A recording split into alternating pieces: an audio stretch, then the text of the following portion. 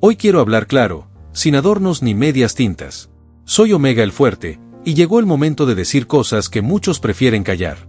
Tras la partida de Willy Colón, el mundo volvió a recordar al músico brillante, al estratega implacable de la salsa, al hombre que siempre caminaba con carácter firme. Pero detrás de esa figura poderosa existía otra historia que casi nadie alcanzó a ver. Yo fui testigo de una parte de esa realidad, y por eso hoy voy a compartir detalles que rara vez se mencionan, momentos tensos, decisiones difíciles, conflictos que marcaron su camino y secretos que quedaron guardados lejos de los reflectores.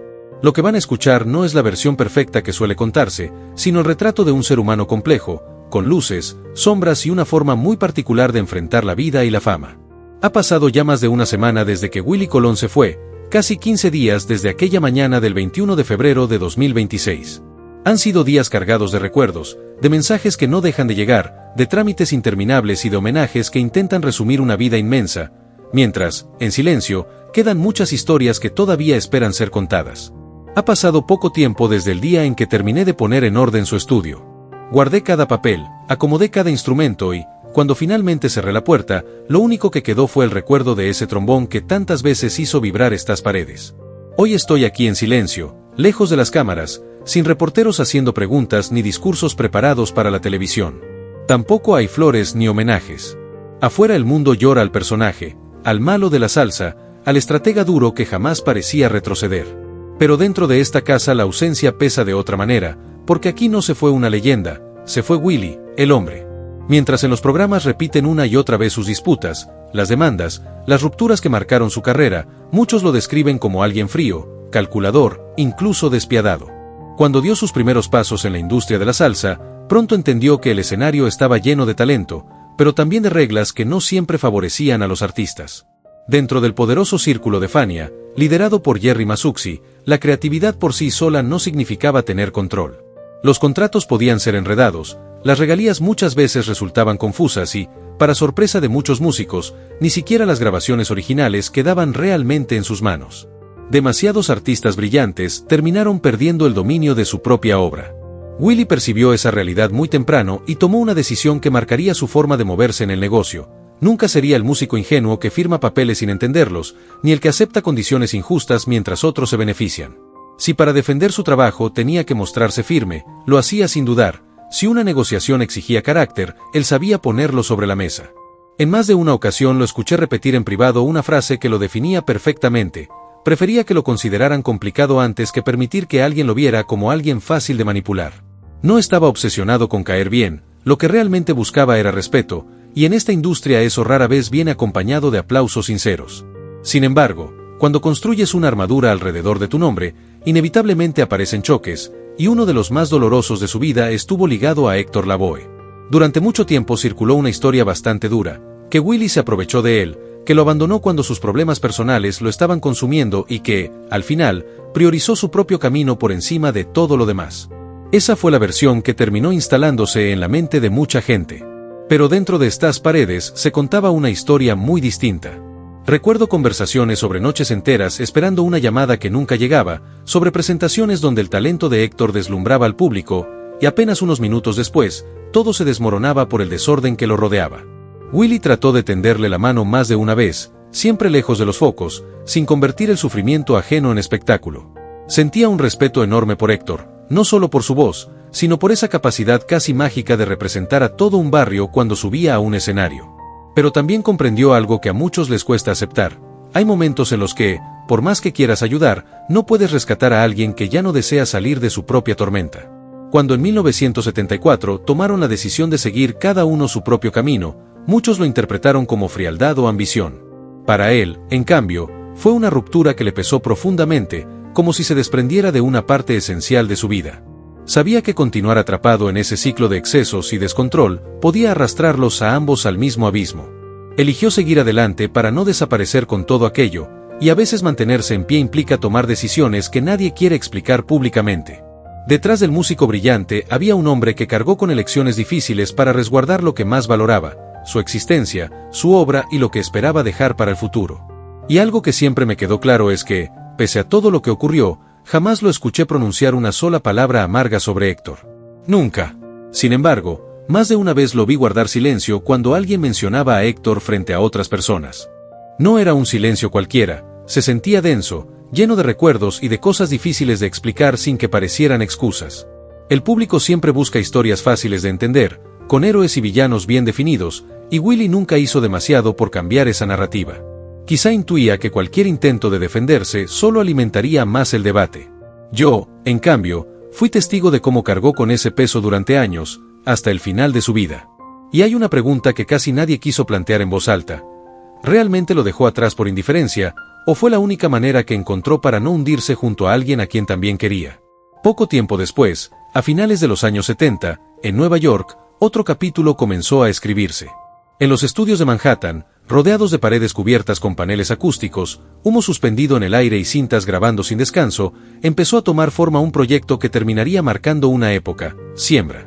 Allí coincidieron dos mentes fuertes, cada una con su propia visión. Por un lado, Rubén Blades llegaba con letras cargadas de conciencia social y relatos de barrio. Por el otro, Willy aportaba la estructura musical, el diseño sonoro y la precisión para convertir cada idea en un arreglo poderoso. No eran sesiones caóticas ni llenas de dramatismo, sino encuentros donde cada decisión se tomaba con cabeza fría, midiendo cada nota y cada instrumento con la exactitud de alguien que sabía que estaba construyendo algo que debía perdurar. Era él quien definía la velocidad de cada tema, el momento exacto en que entraban los metales y los silencios precisos que daban fuerza a la música. Para Willy, producir no significaba simplemente acompañar el proceso, significaba conducirlo de principio a fin. Y quien conduce una obra así debe asumir la responsabilidad de cada decisión, incluso cuando eso implica imponer su criterio en cada detalle. Cuando Pedro Navaja comenzó a escucharse en todas partes a finales de los años 70 y el álbum Siembra se convirtió en un fenómeno en América Latina y también en Estados Unidos, la fama llegó acompañada de algo más pesado, la presión de sostener ese nivel y las consecuencias de todo lo que se había decidido dentro de aquel estudio. Detrás de ese triunfo hubo sacrificios, discusiones creativas y muchas historias que el público nunca llegó a conocer. Con el paso de los años, especialmente en entrevistas durante los años 80, ya se podía percibir cierta tensión entre visiones distintas. Rubén hablaba del impacto social de las canciones, de cómo la música podía narrar la vida del barrio y la realidad política.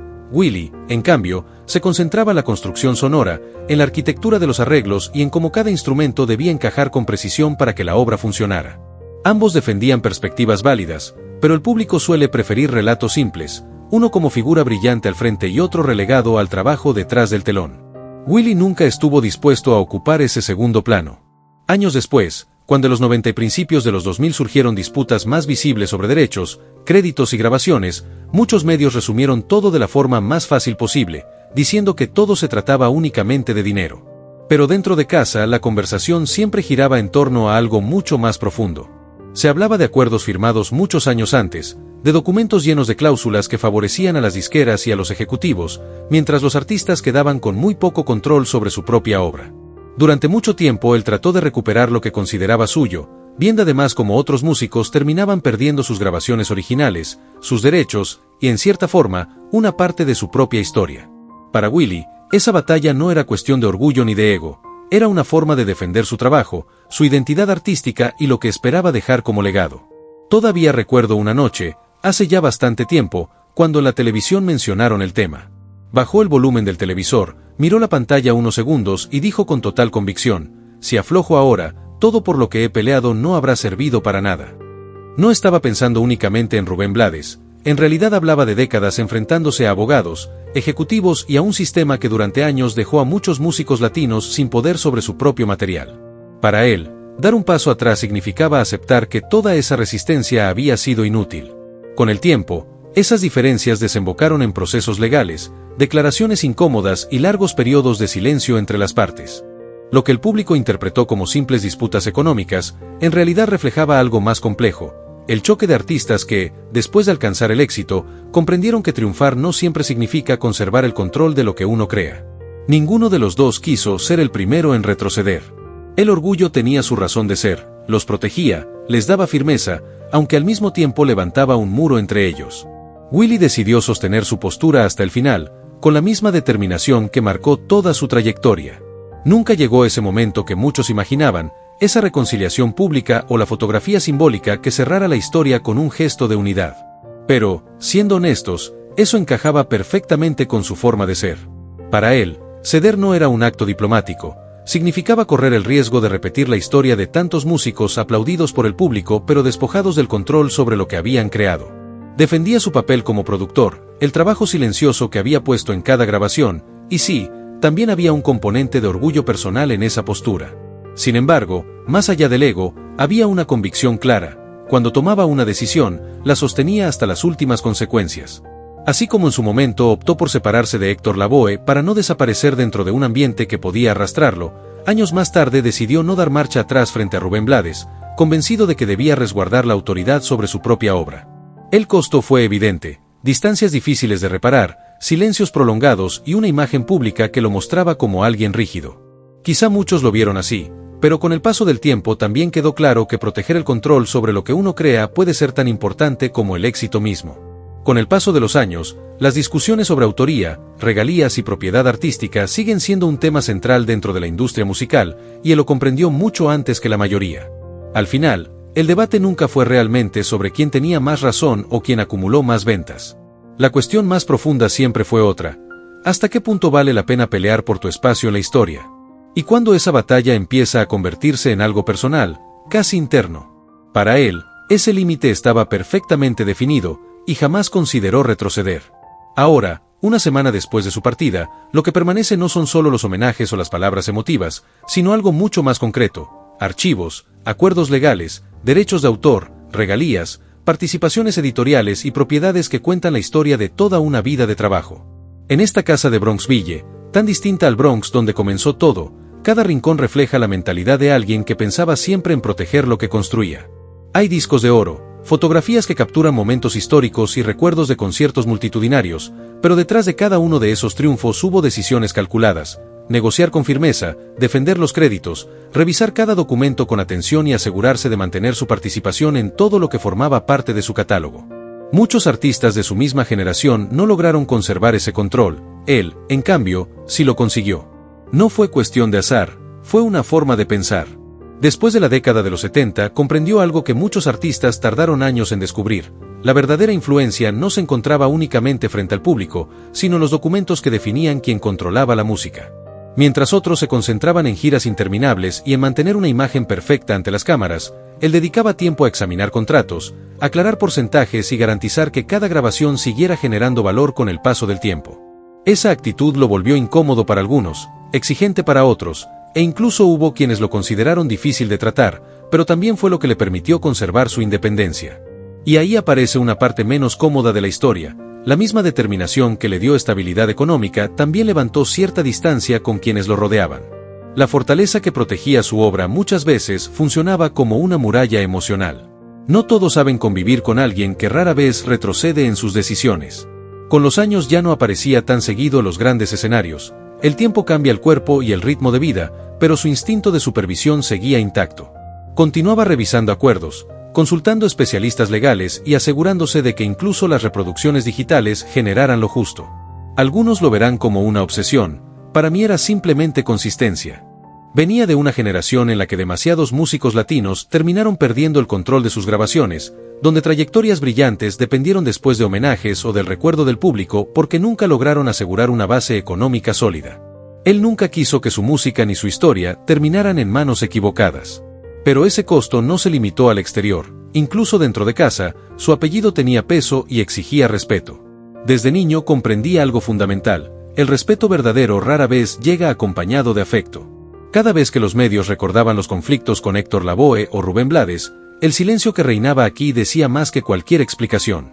Nunca lo escuché pedir disculpas frente a cámaras, ni intenté moldear su relato para que fuera más amable para el público. Willie se fue siendo fiel a la imagen que él mismo había construido, sin concesiones. Hoy, mientras hojeo viejos papeles y dejo que el sonido distante de su trombón en grabaciones antiguas me transporte, veo con claridad otra dimensión de su legado. No se trata solo de lo tangible: propiedades, derechos de autor, un catálogo sólido y seguridad para la familia. También dejó atrás una reputación compleja, relaciones sin cerrar y preguntas que sobrevivirán mucho más allá de esta casa. Eligió ser recordado antes que ser querido, y en un mundo donde la fama se desvanece con rapidez, esa decisión es definitiva. Mientras muchos suavizan su carácter para recibir aplausos, él lo endureció para preservar lo que era suyo y mantener el control absoluto de su obra. Sí, en ciertos momentos fue distante, meticuloso y hasta duro, quizás incluso severo para algunos, pero también comprendió algo que pocos logran ver: el talento sin un marco sólido se desvanece, y la inspiración por sí sola no garantiza que alguien reciba lo que le corresponde. La verdadera cuestión no es cuánto dejó en números, porque eso se puede cuantificar fácilmente. La pregunta que importa es otra: ¿es más valioso un legado que mantiene relaciones sin tocar o uno que asegura que tu nombre siga teniendo fuerza mucho después de tu partida? Willy tomó la segunda opción. Su enfoque dio resultados. Hoy, el nombre de Willy Colón no perdura únicamente por nostalgia, perdura gracias a las estructuras que él levantó y defendió con disciplina férrea. El costo fue alto, eso no se puede negar, pero el fruto de su estrategia es indiscutible. Lo que queda ahora es algo que ningún acuerdo legal puede garantizar: la memoria. Y esa, como todo lo que verdaderamente importa, no se firma ni se negocia en un papel. Apenas ha pasado una semana desde que nos dejó, y el mundo ya empieza a colocarlo en su narrativa. Hay quienes lo elevan, quienes lo cuestionan, y quienes discuten en redes como si la verdad pudiera definirse por votos. La realidad nunca es tan simple como los titulares quieren hacerla parecer. Willy no fue ni un héroe perfecto ni el villano rígido que muchos prefieren para cerrar una historia fácil. Fue un hombre que comprendió antes que casi nadie cómo funcionaba el poder en la música latina y decidió jugar ese juego hasta sus últimas consecuencias. El precio no tardó en aparecer: distancias con amigos y colegas, silencios que se alargaron durante años, y una percepción pública que a menudo lo pintaba como arrogante o implacable. Cada entrevista parecía girar en torno a las mismas preguntas: ¿fue traidor? ¿Demasiado duro? ¿Podría haber cedido? Pero casi nadie se preguntaba lo esencial: ¿qué habría sucedido si hubiera abandonado su posición? La industria rara vez premia la ingenuidad, premia a quienes saben mantener el control, construir estructuras sólidas y leer contratos tan bien como partituras. Willy eligió levantar barreras que aseguraran que su nombre resistiera el paso del tiempo, y eso exigía algo incómodo: una firmeza inquebrantable. Con los años entendí que su círculo se fue haciendo más pequeño, no por falta de talento alrededor, sino porque muy pocas personas se sienten a gusto con alguien que jamás negocia desde la debilidad. Lo respetaban, claro, pero quererlo sin condiciones, eso era distinto. Aún así, hasta su último día nunca lo escuché arrepentirse de haber defendido lo que le pertenecía. No hablaba desde la ira ni el resentimiento, sino desde una lógica implacable. Solía decir que la historia de la música latina está llena de talentos extraordinarios que murieron aplaudidos, pero sin poseer realmente lo que crearon. Que el reconocimiento no garantiza control, que la admiración nunca sustituye la propiedad. Él decidió asegurarse de esa soberanía. Hoy, mientras reviso sus últimos documentos y dejo que su trombón resuene en cintas antiguas, comprendo que su verdadera obsesión no era acumular riqueza, era dejar algo duradero. No quería ser solo un recuerdo pasajero ni un nombre asociado a un periodo de gloria, quería que su obra tuviera estructura, derechos claros y una dirección firme. Esa determinación lo volvió incómodo para algunos, pero también imposible de pasar por alto. La memoria colectiva es volátil, cambia con la moda, la nostalgia y las narrativas que convienen al momento. Mi padre eligió no depender de esa fragilidad. Apostó por algo más sólido: control tangible. Sí, había ego involucrado, pero también había estrategia en estado puro. Y esa misma estrategia es la que hoy asegura que su legado siga vivo, más allá de los aplausos y de las historias simplificadas que muchos repiten. Claro que la admiración y la controversia podían coexistir, y de hecho lo hicieron. Ahora que ya no está, las discusiones continuarán sin él. Habrá quienes lo defiendan como un verdadero arquitecto de la música latina, y habrá quienes lo recuerden más por los conflictos que por las melodías que creó. Eso ya no está en manos de nadie. Lo que sí dejó en claro es algo fundamental: prefirió construir una historia compleja antes que una narrativa cómoda y olvidable. No buscó reconocimiento fácil, no escribió cartas públicas pidiendo perdón ni posó para la foto final con antiguos rivales. No trató de borrar cada polémica antes de partir. Se mantuvo fiel a sí mismo, y esa coherencia, guste o no, forma parte de su legado. Hoy muchos me preguntan qué pienso de todo lo que pasó, si pudo haber actuado de otra manera, si habría sido mejor más conciliador o más flexible. La respuesta es incómoda. Quizá algunas decisiones menos rígidas habrían suavizado ciertas fracturas, quizás algunas conversaciones privadas habrían cambiado la manera en que el público lo recuerda. Pero también hay una verdad que no se puede pasar por alto: si hubiera cedido, hoy su nombre no contaría con la misma fuerza, la misma solidez ni la misma protección que lo han hecho inmortal. El público suele celebrar a los artistas simpáticos, entrañables, aquellos que caen bien a todos. La historia, en cambio, honra a quienes entendieron el poder, quienes comprendieron que preservar su legado vale más que buscar aprobación. Willy decidió formar parte de esa segunda categoría. Y ahora, mientras la noche envuelve esta casa y el silencio reemplaza al ruido de los medios, queda una pregunta que cada uno debe hacerse. Cuando llegue tu momento de elegir entre ser querido o ser imposible de olvidar, ¿qué decidirías tú? Si te interesó este viaje por la vida y decisiones de Willy Colón, dale like, comparte y comenta tu opinión. La historia de los grandes siempre merece ser escuchada.